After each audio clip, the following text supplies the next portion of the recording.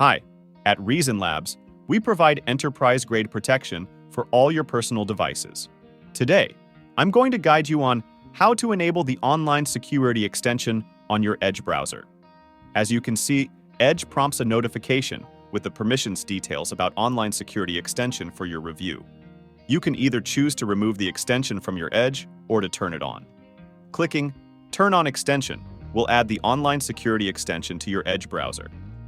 Now, the online security extension is installed on your browser, ensuring that your web browsing experience stays secure by actively detecting threats and monitoring your information for data leaks. We recommend you to pin it so you can see your status at any time. To do it, just click on the show icon. Clicking on the extension icon will open the main screen of the online security extension.